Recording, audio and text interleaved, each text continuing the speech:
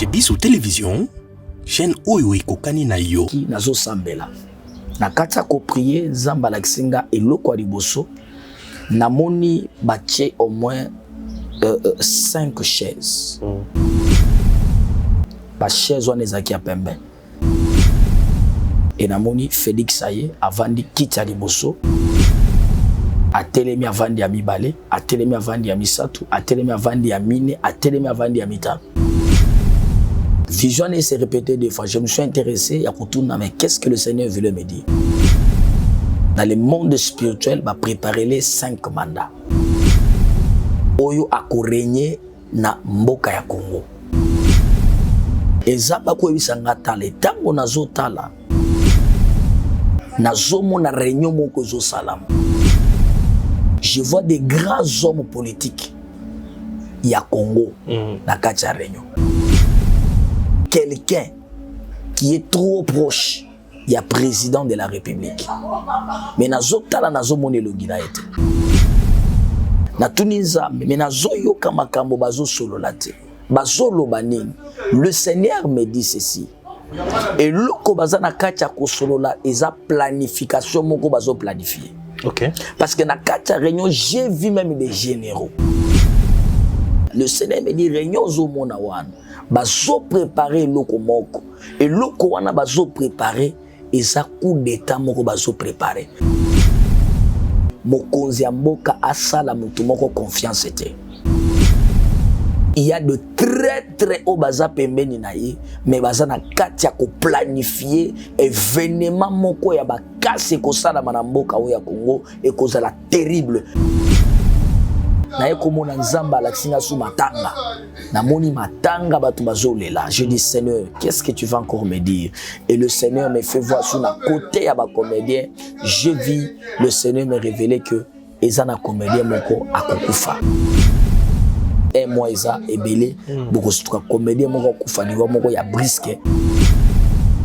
Na belaki depuis 2014 maladi ba bengi sida et pendant que nalandaki Mosala Nzambe le prophète Moïse Kasongo de tolanda bankara na YouTube et il a prié pour Nangai. Ça fait 7 jours au tozaki na ye na ba prière. Étant en hôpital na Salle-Citesse, le médecin a kamwe. Abina ngai que je suis guéri, babandeli test bala 3 ou 4 fois.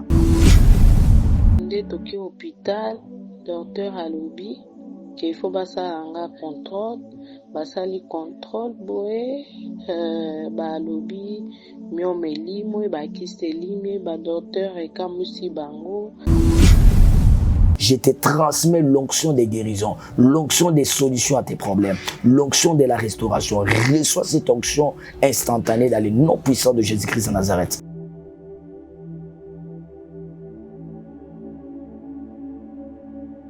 Lelo na Kinshasa, eza lisusu pasité ya kolonga la statue ya locateur. Peko koma kololo pango. Occasion à ne pas rater. Bas terrain à vendre, ya ba dimension. Lokola 20 sur 20, 20 sur 17, 20 sur 15. Na quartier Pibois, commune et en télé. À un prix hors concurrence. Inutile ya kokende musika. Rejoignez-nous na nouvelle cité exaucée patience. Référence juste na entrée Singaya Inga na Bibwa à 20 minutes ya grande route na Simaya concession Niembo Chabani. Ba abonné nyonso chez Bissou Télévision ou ezali cadeau pour na bino ta côté na ba bureau ya quartier na se renseigner en tout cas ba belé yangoyo. Cadastre ma nyonso normal na prix moko abordable. Donc là déjà benganga na lomba po oza pesika na bino mo bomoni ke ngamo na tamboli mai ezali peso lingo esika ya mai ezali esika ma ya plat ezali olingo mona ngomba donc tout ezali awa donc bo benga biso na lomba shiki mukadi yeyo na mabele na kiti ya musika te Bibwa donc entrée à station Bibwa koti 10 minutes et c'est belé au commune Sikawana. Quartier Bibois, ils ont déjà habité depuis Kala. Courant na Maï et Kota déjà Kala. Profitez na occasion Oyo pour Okuma propriétaire Yalopango. Pour tout contact, bengabiso na numéro Oyo. Plus 243 82 01 22 226. Oza Congolais Olinga Kampana. orphelinat vida ezobenga yo tosunga bana balia balala bien bamela bien nzambe akopambola yo akozongisela yo ebele mpona nini oye kosoutenir baorphelin. orphelinat vida eza bongo structure oyo eza kokamba bana bitike ndenge bana biso bavivaka na ndako ndenge mpe bana ya vida il faut bavivre parce que jusque là batomaka basilati $1 na biso en tout cas ekoliesa bana bitike lokola nzambe asenga biso ke tobokola bana oyo lolenge tobokola ya biso ya ndako naza koliki ete bana biso ya ndako bazolia bazosepela me baorphelin oyo nzambe apesa biso elanga oyo nzambe apia biso baza na souffrance.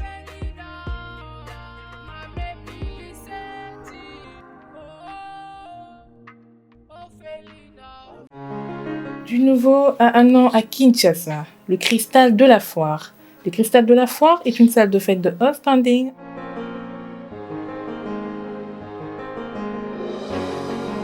avec des chambres et des salles de bain avec jacuzzi pour le repos des mariés.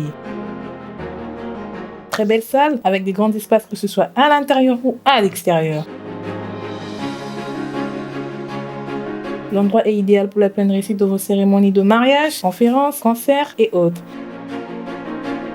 Découvrez notre restaurant dans la grande période et un jardin à l'espace vert pour vos mariages civils, anniversaires, barbecues, soirées privées et autres. Nous organisons des services comme le protocole, la décoration, le service traiteur, des conseils et stratégies pour la réussite de vos événements. Le Cristal de la Foire est situé dans l'enceinte de la Foire internationale de Kinshasa-Fikin, dans la commune de Limete, entrée première pente en face du petit batteur de Tam Tam. Pour plus d'informations, écrivez-nous sur notre mail ou sur nos réseaux sociaux. Le Cristal de la Foire, le charme et la beauté de l'endroit vous décorent. Bote Baneko Balandi ya Chebiso Télévision, bienvenue sur votre chaîne Ndetolbaka, la chaîne qui vous ressemble. Chaîne Ozo ressemblé, Batu Oyo Bako Tambola na Sembo, Bato Bako Banga Nzambe. Oazali Bongo sponsor, Nabis officiel, comme on a eu Jésus-Christ de Nazareth. Maton Niming na ba Oyo Babenga Rabiso pour na ba remarque, ba idée concernant évolution et émission Oyo, Police de Star. Maton Niming Ipe na ba Oyo Balinga Rabiso Tembote na Bino Iska Bozwami.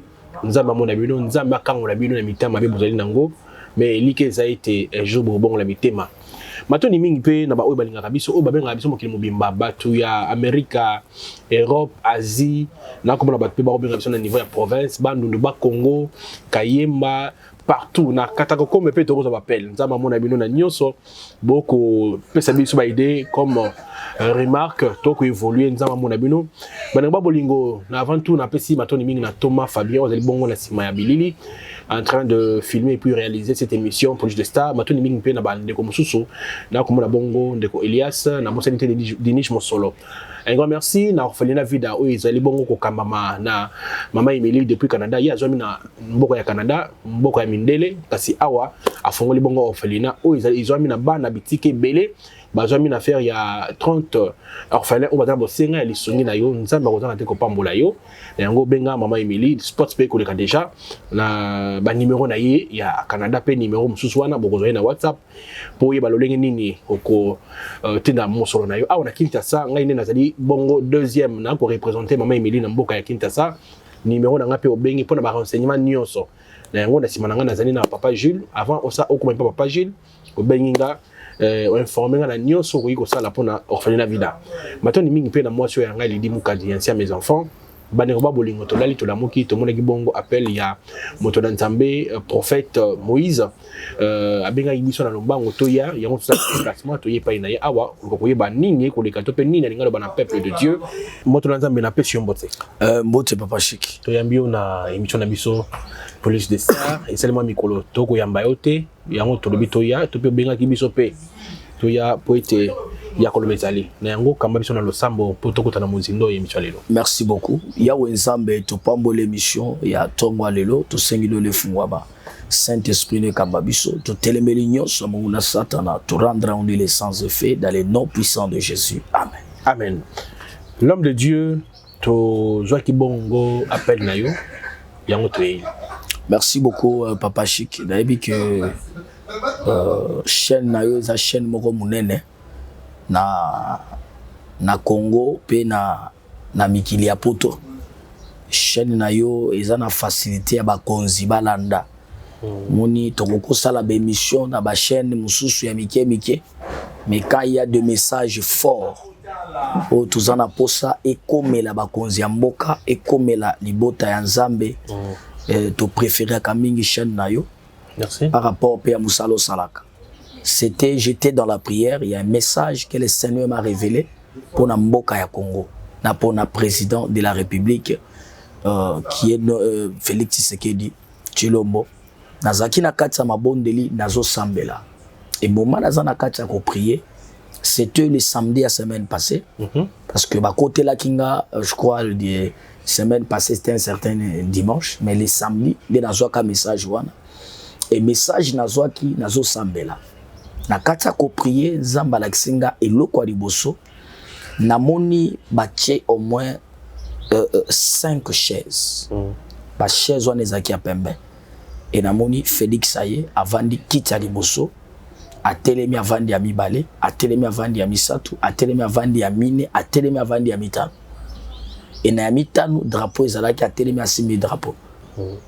Vision s'est répété deux fois. Je me suis intéressé à Koutouna, mais qu'est-ce que le Seigneur voulait me dire? Le Seigneur me dit, président Félix, Nandenga Zawana na pouvoir à lui, dans le monde spirituel, va préparer les 5 mandats. Pardon? Va préparer les 5 mandats dans le monde spirituel. Quand je dis monde spirituel, il faut comprendre. Dans le monde spirituel, va préparer les 5 mandats. Oyo ako régner na mboka ya Congo. Ezaba ko ebisanga tala tango nazotala nazomona na kati ya molimo. Nazomona réunion moko zo salama. Mais na kati ya réunion wana, je vois des grands hommes politiques. Il y a Congo, la Katia Réunion. Et je vois quelqu'un qui est trop proche. Il y a président de la République. Mais nazotala nazomone le gina ete. Na moni apesinga mu Congo. Mais l'esprit me dit mutozo mona wana aza proche na ye. Tala ndenge paza na Katia Réunion. Et na moni bango na Réunion bazo solola. Na tuninzambe mais nazoyo kama kambo bazo solola te. Bazolo banini. Le Seigneur me dit ceci. Et loko bazana katia kosolola eza planification moko bazo planifier. OK. Parce que na katia réunion j'ai vu même des généraux. Na katia réunion. Na katia réunion. Parce que nzamba zo la gisanga zo bombanga bilongi. Mais nazo mona ba généraux ba pété nazo mona bato réunion zo salama. Le Seigneur me dit réunion zo mona wana.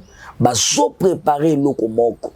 Et loko wana bazo préparer et ça coup d'état moko bazo préparer parce que bango nyonso basi ba comprendre que muto ya zu pouvoir nzambe nda pesier pona ko bongisa mboka ko bongisa mboka ozolanda papa chéri et le Seigneur m'a dit na pesa message oyo na ba ndeko nyonso bakolanda message oyo ezala peut-être na maison civile ya chef de l'État ezala mutu moko ata na poto zala kana facilité ko sona chef de l'État. Il y a des choses qu'on ne peut pas dire ici à la télé. Oyo ya kolanda message oyo eza que mokonzi ya mboka asala mutu moko confiance ete. Quel que soit batu tout bas approche na ye. Asala mutu confiance ete. Ayoka mingi nzamba zolobela ye. Alanda ba directive parce que je sais que à côté de lui il y a des hommes de Dieu. On peut bazo pese ba directive, on peut bazo pese ba message. Ayoka mingi nzamba mais alanda azala na distraction ata ya mokete il y a ezane loko moko bazo préparer ya mabe makasi na mboka oyo.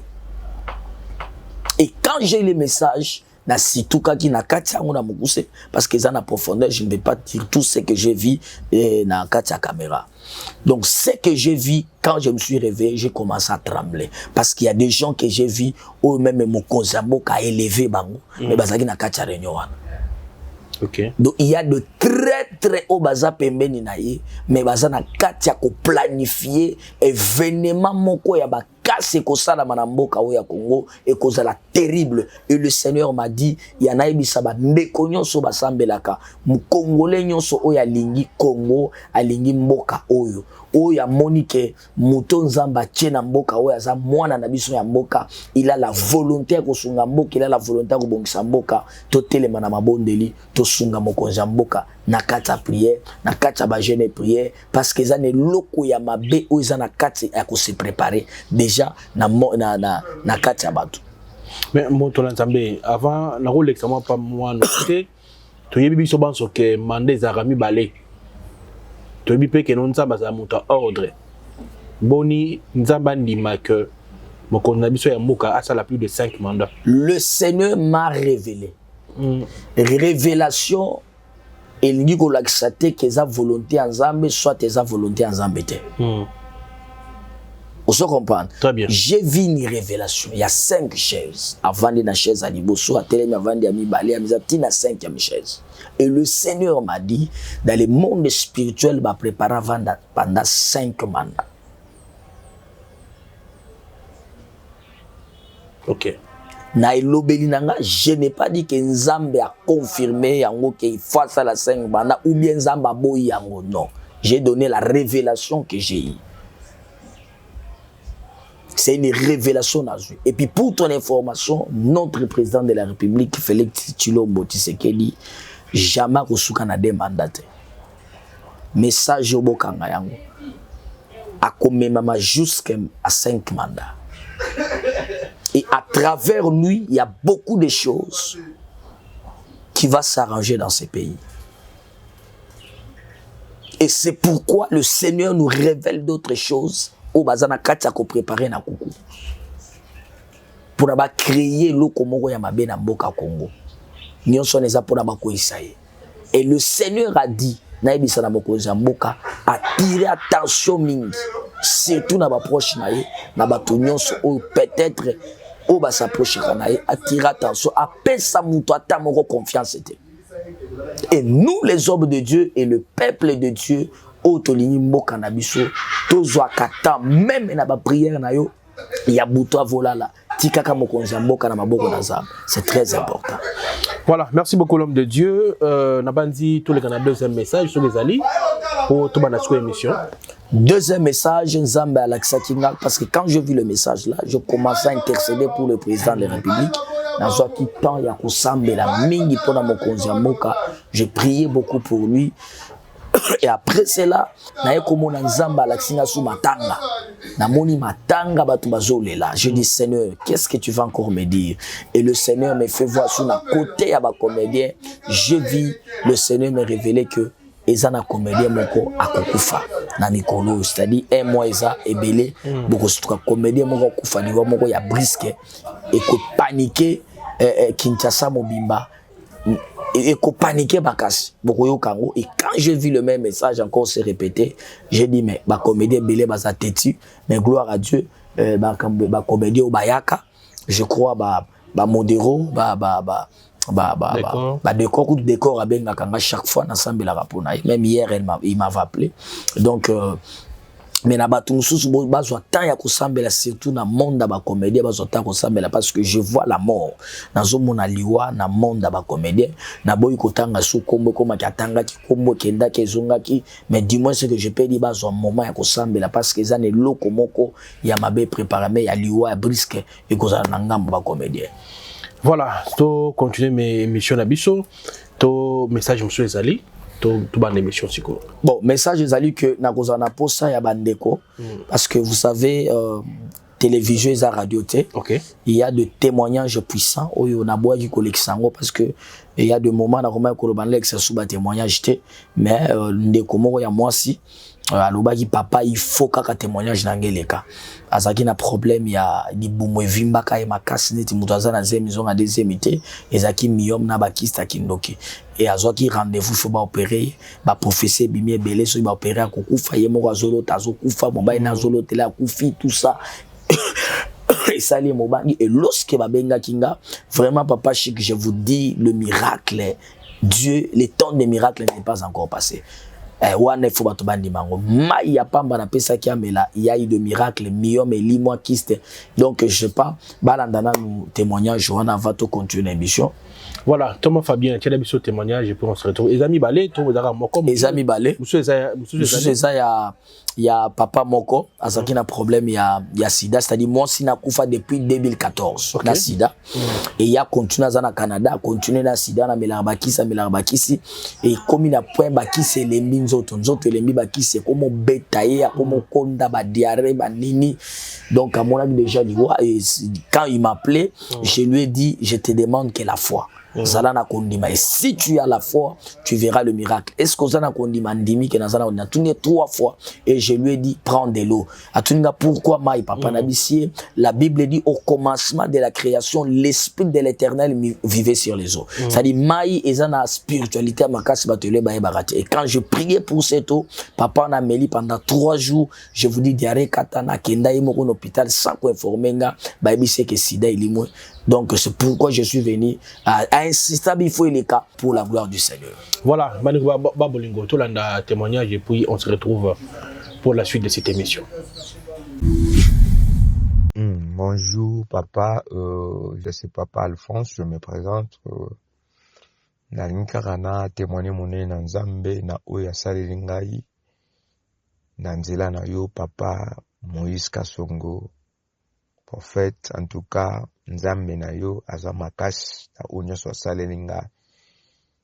Et na ngina témoigner liboso bandeko na audio oyo ba susu o ba kolinga vidéo, je vais faire vidéo pour kolakisa munene na Nzambe na onyo so Nzambe ya apôtre Moïse asali na vie na nga. Donc na belaki depuis 2014 maladi yo babengi sida. Et pendant qu'il nalandaki musala Nzambe le prophète Moïse Kasongo ndetolanda bankara na YouTube, et il a prié pour ngai. Ça fait 7 jours au tozaki na ye na ba prière. Alors a prière ki pour nanga absinga na mela mai kaka bondele na pendant 7 jours. Tongo pourquoi après 7e jour nazonga na hôpital nakende kotalisa soki malade eza. Je vous assure bandeko nanga partout dans le monde où bozolanda témoignage. En tout cas je suis guéri totalement. Nzambe ya prophète Moïse Kasongo abikisinga bandeko tikana bisa bino malade oyo na melelongo bakisi ebele, à tel point j'étais fatigué par rapport ya omela bakisi. Donc bakisi ni na melite, il y a des médicaments oyo uti il y a des médicaments uti na ba Cameroun na bikaki caractère. Mais quand je suivi l'apôtre Moïse asambelaki mpona nga apesinga ba instruction en prière pendant 7 jours, asambeli mpona mai na melango pendant 7 jours, et apesinga na 7e jour nde naotaki koloba nakende na hôpital nasalisa test. Étant nakende na hôpital nasalisa test, le médecin akamwe abi mais auparavant tokanga na malade biso toyebi koza muta malade, donc toyebi na adresse na yo de part de ke opanzango, donc to surveiller de près ou de loin. Donc médecin abi na ngai que je suis guéri, babandeli test bala 3 ou 4 fois. Donc je suis guéri, en tout cas papa Nzambe azwa lokumu. En tout cas ba o bazondi maote ba se confier na Nzambe na yo. Nga eza mama Fifi Kabeya, naza na Canada, na témoigner Nzambe ya apôtre Moïse Kasongo. Nazaki na problème libumu evimbaki makasi ndeti mutu naza azemi. Tango naki hôpital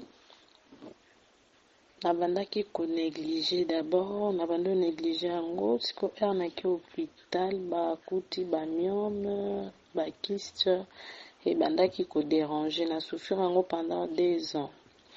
Je négligeais en fait babando tindelanga ka bakisi ya bokoko na Afrique et tout nzoka ezaki eloko moko ekotaki bundoki na 2 ans wana et demi naki hôpital bamonaka eloko te. 3e fois nde baye omona myome na kyste, mais baprophésie ebimaki so baopere nga na okufa nga mo nalali na loti na kufi, mobali na nga lotelinga na kufi, ntango tolandi apôtre Moïse na chaîne malgré que tobandi olanda bacommentaire que aza faux prophète me kondima na nga etindaki nga epa na ye ntango nabengi ye ayebisi nga nazwa mai asambeleli mai ayebisi nga namela mai pendant 3 jours ntongo midi na pokwa nayaki kolekisa libumu moko. Donc douleur d'abord elekaki nakoma olekisa libumu natikala kolekisa te na sentir libumu ndenge mosusu nde toki hôpital docteur alobi ke ifo basala nga contrôle basali contrôle boye balobi myome elimwe bakiste elimwe badocteur ekamusi bango myome elimwe donc bazoloba ke et docteur alobi elimwe boye ndenge nini. Bon nga moko mpe nazalaki étonné po nga nakoyebisa peuple de Dieu boyoka apôtre Moïse bolanda ye. En tout cas c'est un homme de Dieu. Nzamba pambola papa Moïse bisika za. Voilà, balobaka TV eza radio te lobiko yango wana nga lobaka que mosena nzamba ko prier mais ce qu'on a kondima te okobika te ça veut dire que nyonso mosela ko koloba mais ce qu'on a kondima okobika parce que miracle ça m'a par la foi sans kondima nyonso zali pas maman ça la cause mais là t'as 25 litres autant mais ce qu'on kondima ngo ezate lobiko ozalate l'homme de Dieu comme on a makama modèle yo personnellement il lobela kayo. Première des choses, moi je glorifie Dieu et je comprends que Dieu est vivant et Dieu il est en train d'agir et je comprends que ma kamwe comme na Bible eza lokutate.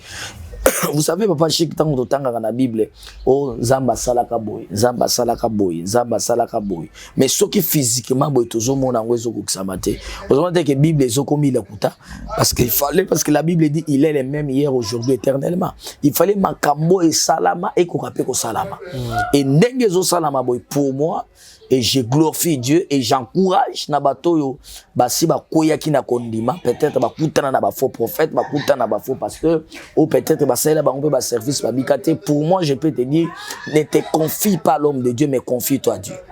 Ne mets pas ta foi na prophète et le que zobo ma batebele azotia kondima na prophète parce qu'ayoki prophète wana sakoli ayoki prophète wana prophétisaka ayoki prophète wana bato babiki yazu kondima tie pas prophète oh zwa kondima na ochande pa nzamba prophète parce que prophète wana zo sala miracle eza yete mais c'est Dieu qui a lui qui opère de miracles.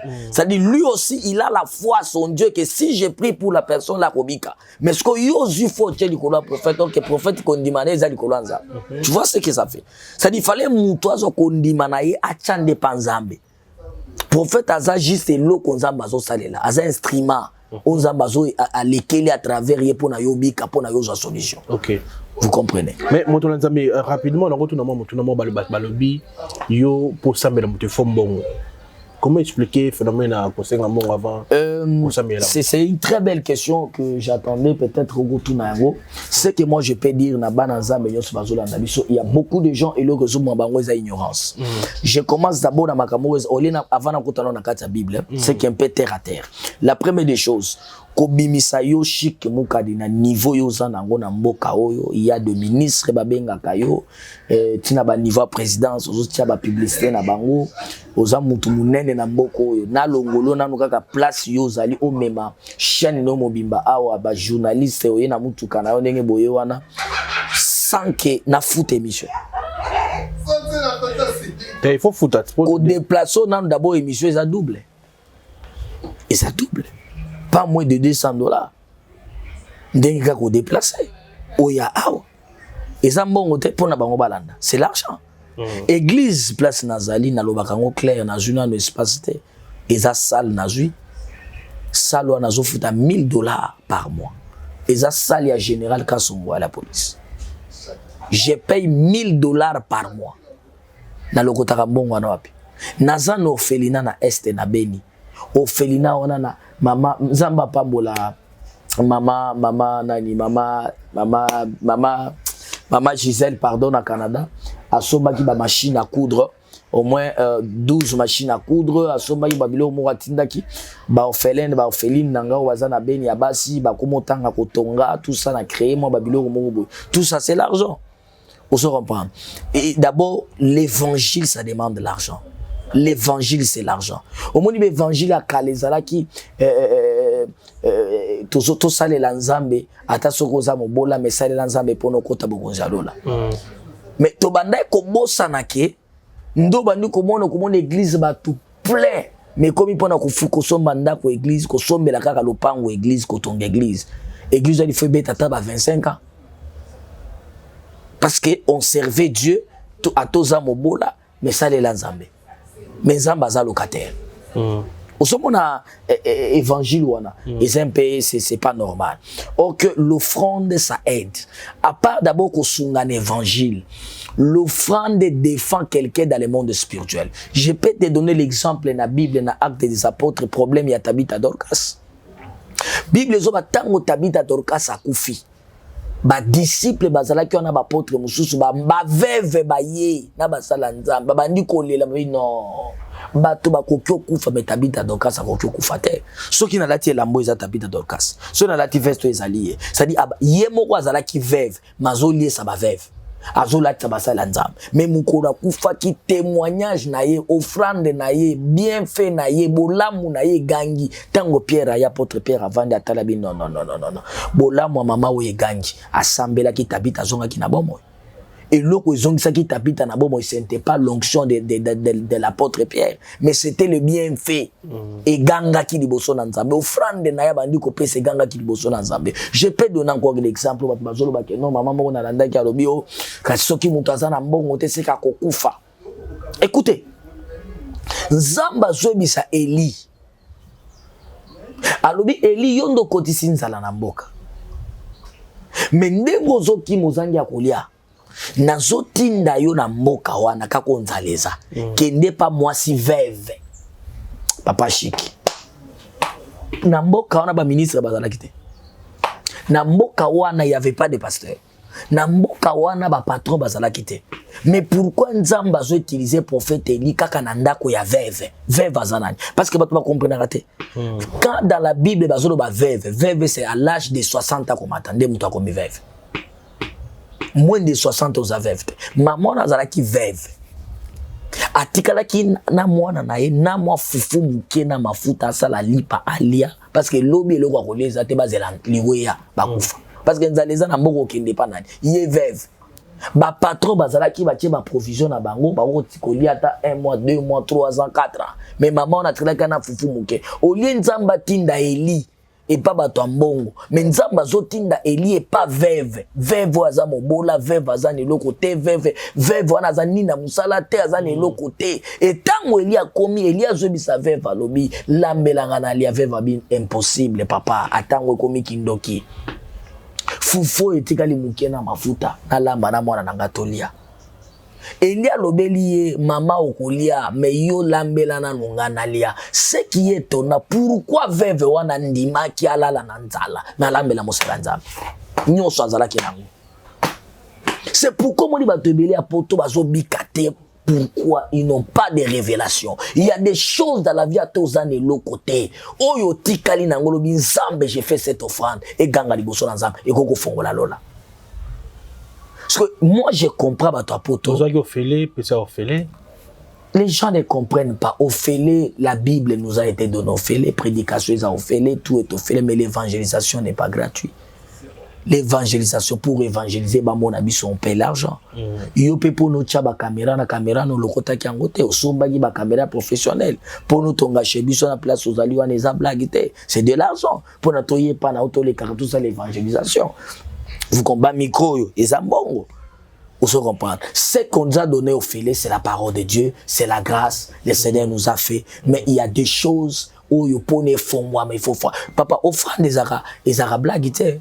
Offrande des coquilles font. Bible zoba tango moi si veut voir na pesi lo kwa kolie pa eli c'était l'offrande. Bible zoba lole, c'est-à-dire offrande à maman wana et déclencher miracle fufwe tonda na ndako ne mafute tonda. Timu kolonzale sila na mboka maman na zanga pelo kwa kolia te. Parce que sara kyango na kondima. Et mutu nyonso asala ke loko na ba doute. Et puis moi je comprends batu ba bomi ba nzambe saka biso ba pasteur.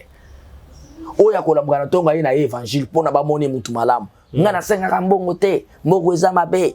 Atangi moi 3 versets, 4 versets à ce que. Et puis il y a une chose papa Chiki. La Bible dit l'homme donne ce qu'il a. Ce que tu n'en as pas, tu ne peux pas donner à une autre personne. Mais comment on a passé moi à la télévision, ngana yambara pamba, na zenga kambongo te, nga bongo, so comme ni passer à seigneur bongo aventurier, ngana ko pambolo ko jambon.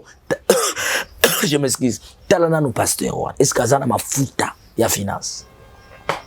Parce que yo mona nous pasteur aux amobola, yo mona nous pasteur aux oko kana nous vite ko vivre na ne pas na yo mon côté. Qu'est-ce que tu vas donner aux enfants de Dieu?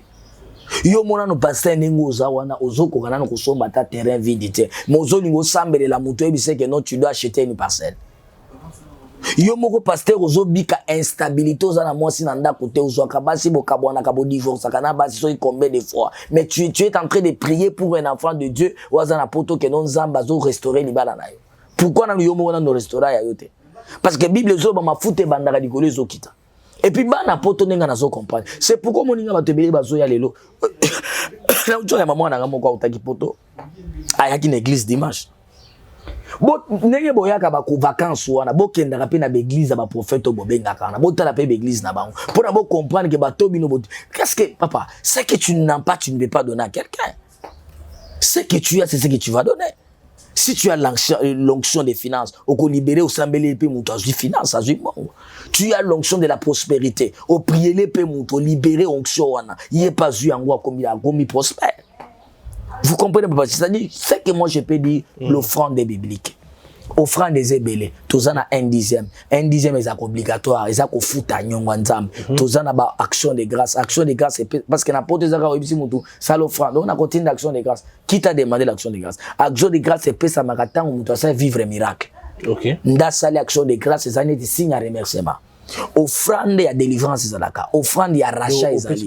Offrande pour la délivrance. Offrande ya rachat oui ezali. Ezala mutu muso ba sacrifier na kindoki. Pona ba sacrifier na monde spirituel, il faut ba pesa la offrande. Ezala mutu muso ba balisa na butu. Libala nini esala maka sans dot. OK na butu pe ba pesa ka ba dot. Dot ya butu ezaba makila batu. Dot ya mutu ezali ba sacrifice ya batu. Ba pesela peut-être dot ya makila ya mutu. Na ndenga butu ba balisa na mobile ya butu a famille na bino. Parce que pour na ba libérer ou na mariage ya butu ça demande une offrande. Et cette offrande va t'arracher dans cette mariage. Il y a d'autres personnes azo tambola mais bazo photo ne ba sacrifier on a cimetière. Il y a zo vivre be événement kuna zali, mazo bezo utawapite. Et quand tu fais une offrande, à travers cette offrande des ana ba service ba kosala ba arracher au place wana obimi. Donc il fallait comprendre biloko wana. C'est très important. Voilà, Motola Nzambe na bandi message eleki na banani nyonso ya Chebiso télévision.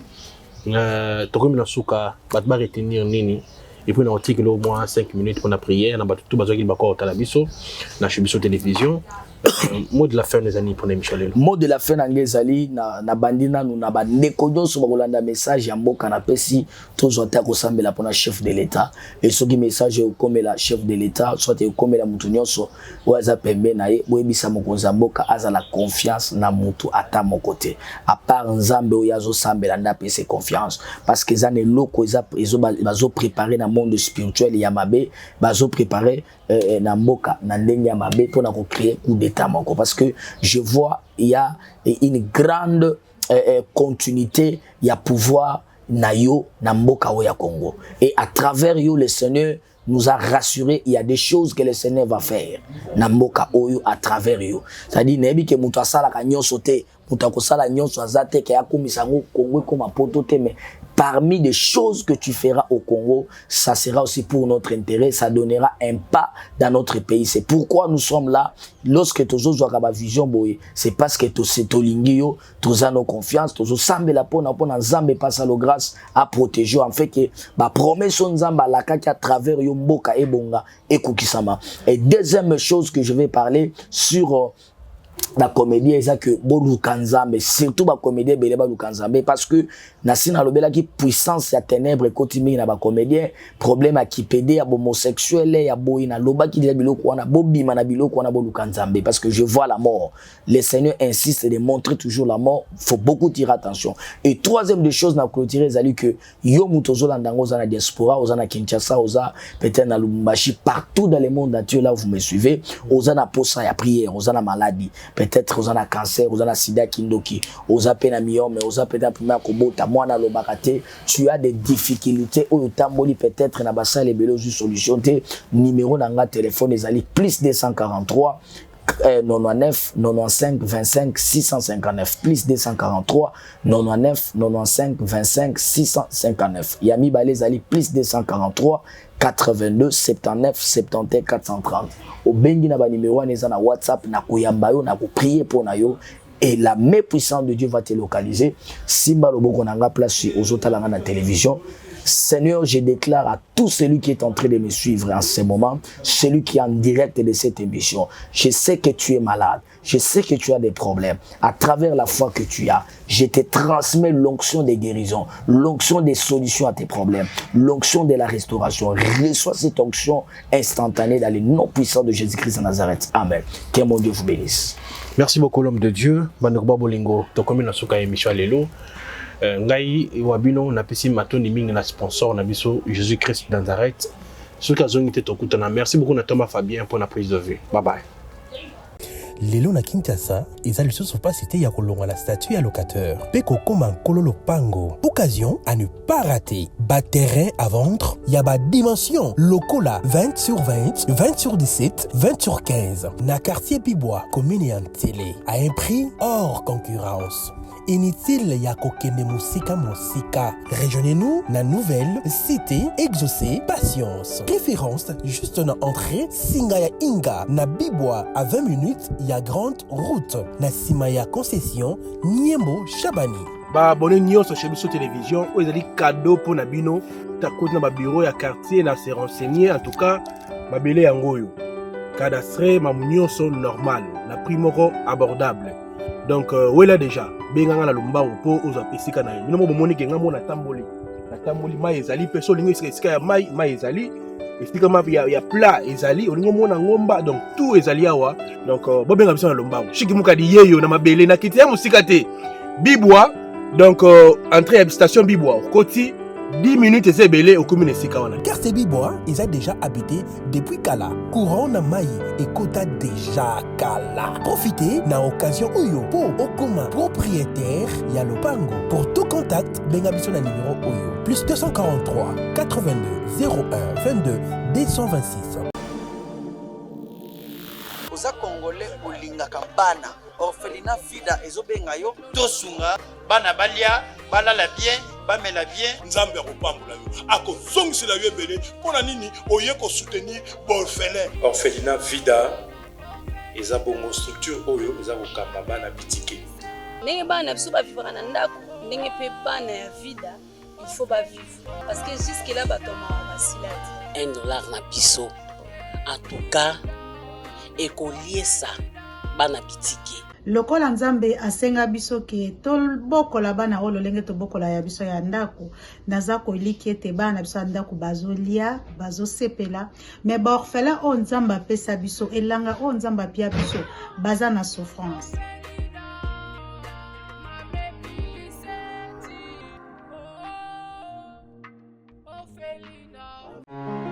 Du nouveau à un an à Kinshasa, le Cristal de la Foire. Le Cristal de la Foire est une salle de fête de haut standing